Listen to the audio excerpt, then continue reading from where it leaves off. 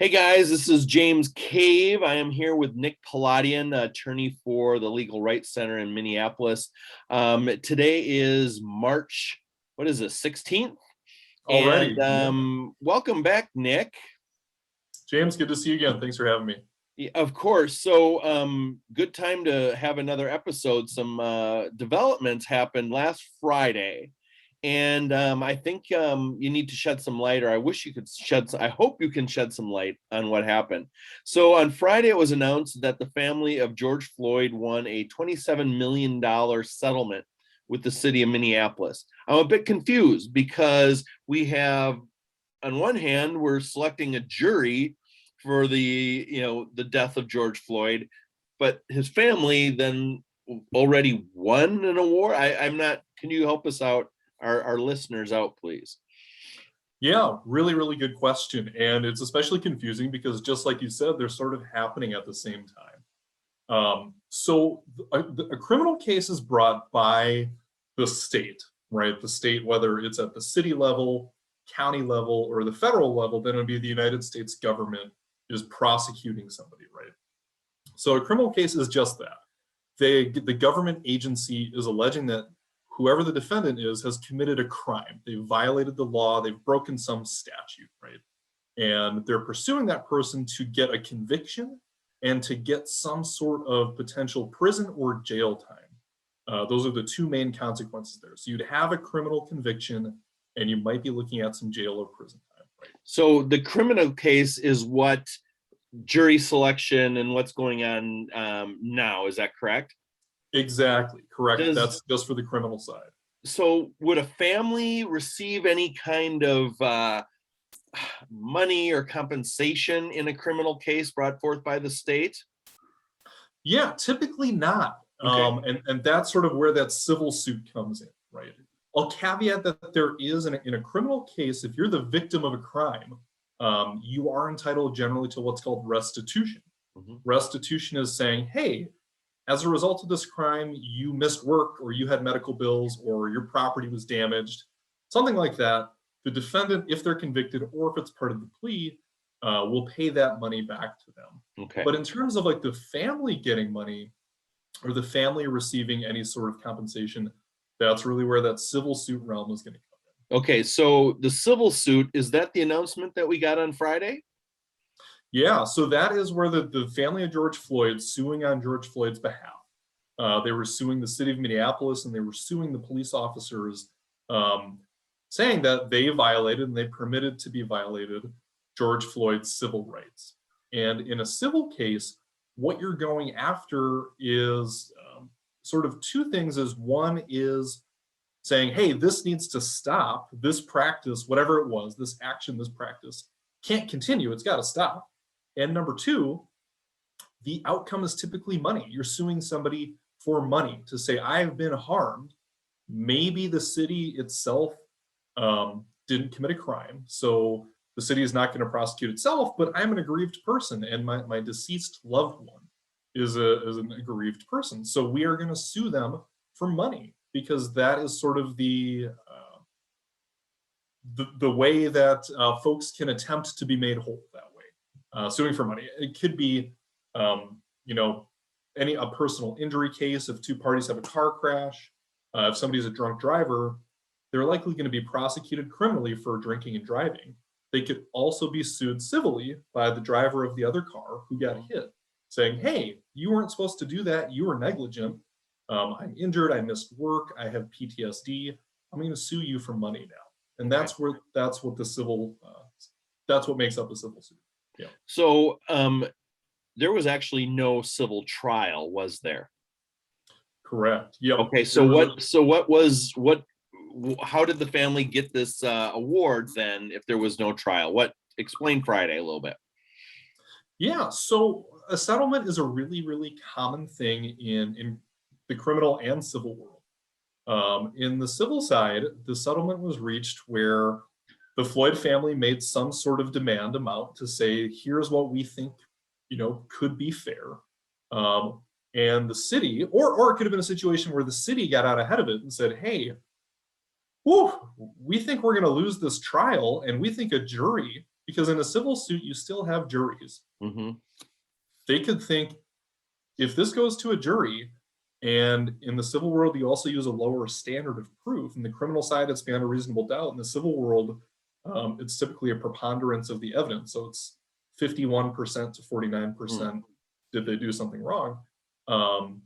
They probably sat down and said, this is really bad. We don't think we have a case. We want to offer up a sum of money to avoid a trial for a few reasons, right? They probably want to pay less money than a jury might award. They want to avoid the cost of having a trial because they're going to have to pay to even put the trial on. Yep. And, depending on who you talk to or who you ask, they might be trying to do the right thing, Yep. right? To say, hey, we're acknowledging or we understand that this is not a good look. We don't agree with what happened, and we don't want to put the family through a trial. We are going to offer them some sum that they think is, you can never bring a person back, right? So there is no ultimate number on that, but some number that they think is fair that will prevent a trial. And I haven't actually checked the ruling, but in a lot of times it also comes with a caveat of, we're going to pay you, we're not going to have a trial, but we're not going to officially accept any guilt or officially accept any responsibility. Right.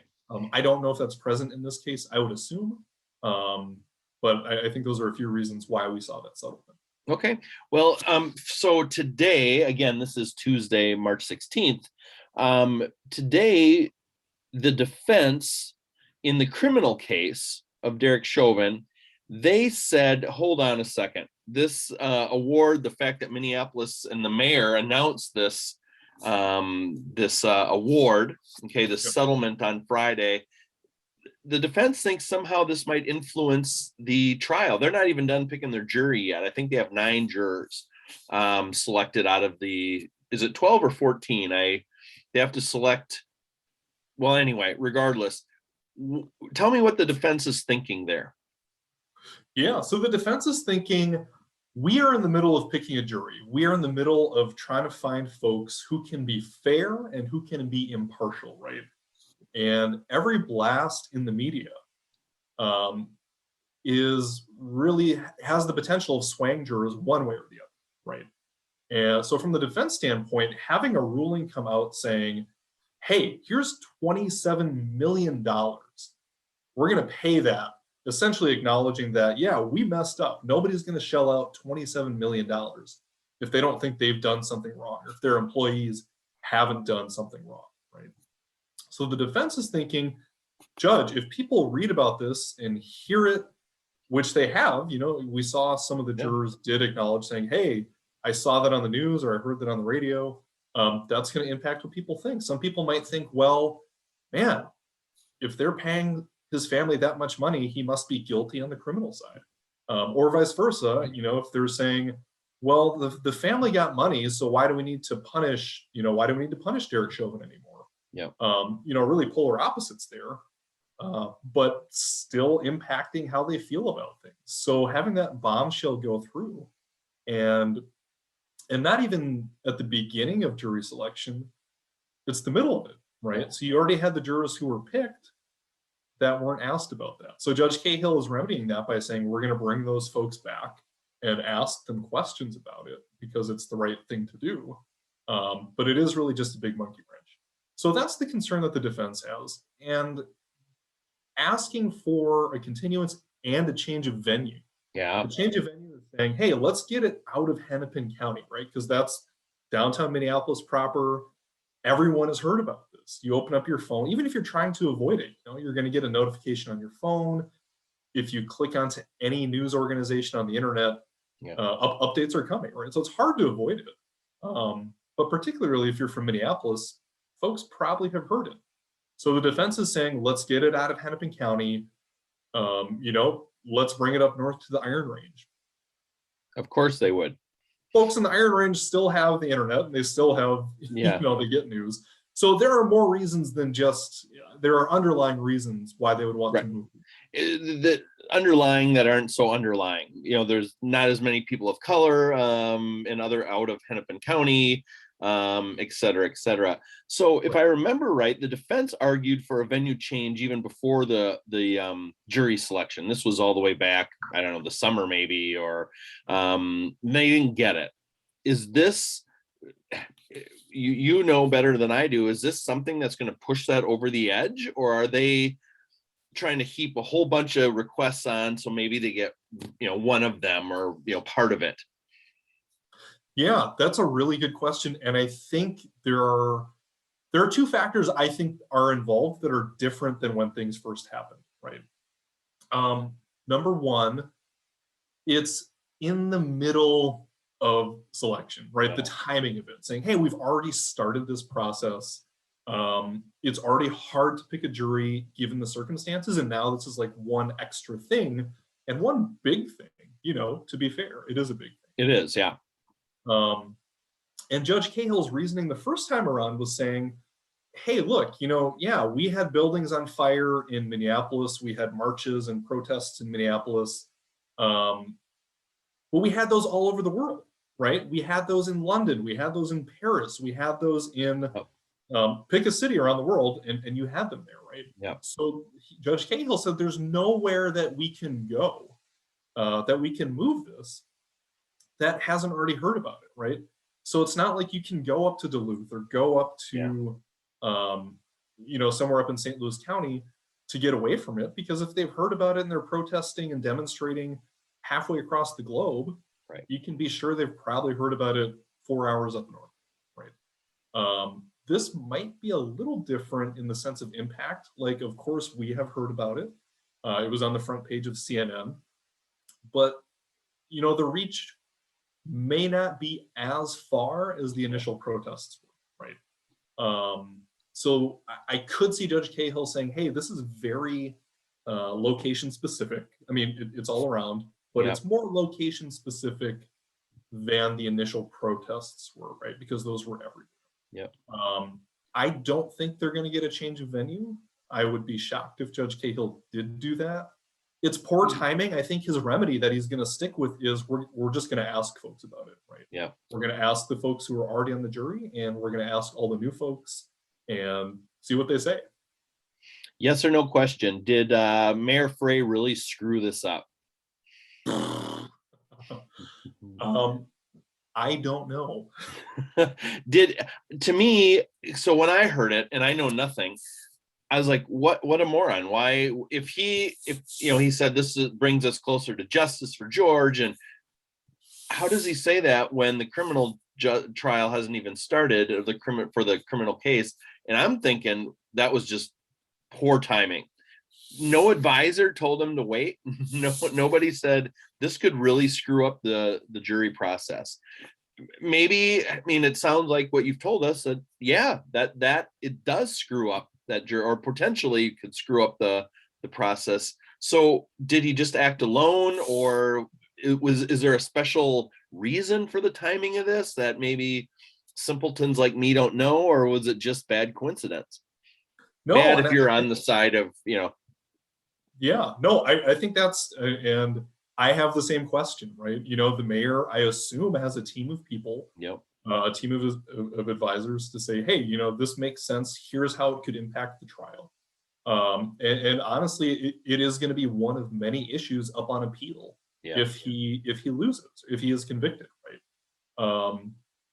Whether that will get him to the result he wants, I don't know. So the district court has broad discretion, and you'll hear Judge Cahill and you'll hear the lawyers talk about that a lot. Maybe like a teacher's classroom, teachers have broad discretion in their classroom to run their class how they will. There are rules, there are some structures, but y'all are able to do it how you see fit primarily. And the same thing is really true for a district court, right? You have the rules of evidence, you have some general rules of practice, but it's up to the district court to say, hey, here, yes, this is an issue. I'm acknowledging this is an issue. To quote Judge Cahill, I think he said the issue is that it does cut, right? Cuts this way, cuts that way, it cuts. I could very easily see the Court of Appeals or the Supreme Court saying, yes, it was prejudicial. Yeah, it was poor timing, but the district court remedied it by asking the jurors, or permitting the lawyers to ask the jurors about X, Y, or Z. I did think it was interesting, and I just saw a snippet of it. I think the mayor's office was trying to put blame on Chief Judge Todrick Barnett, and then Judge Cahill, I think, was sort of pushing back on that, saying, we can't control the city. The city is going to do what they're going to do. Like that's not up to us. We agree it was bad timing. So I don't know. I'm sure there were a lot of conversations that we are not privy to. Yeah. And I think it's one of those things, right? To say, does it throw a wrench or a potential appellate wrench into the case? For sure. But at the same time, if the intent is there to say, hey, this family is suffering, and we don't want to delay it just to see what happens in the criminal case. We want to make it right, and we want to make it right now.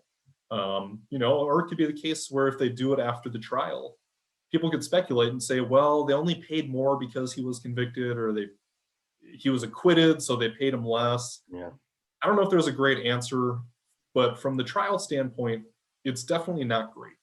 The timing is not great.